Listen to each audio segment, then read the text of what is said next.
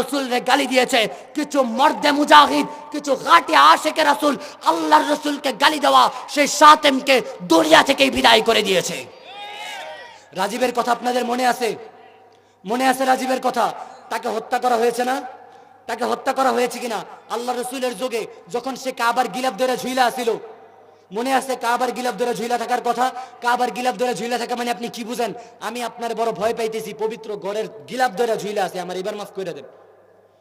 এর সে মিনতি আর কি আছে?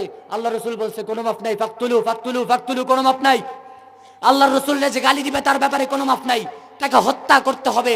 যদি তাকে হত্যা করো তাহলে এটাই হবে ইমানের দাবি। আল্লাহ রসুল বলছেন মান সাব্বা নাবিয়ান ফাকতুলুহু, যে নবীকে গালি দেয় তাকে হত্যা করতে হবে।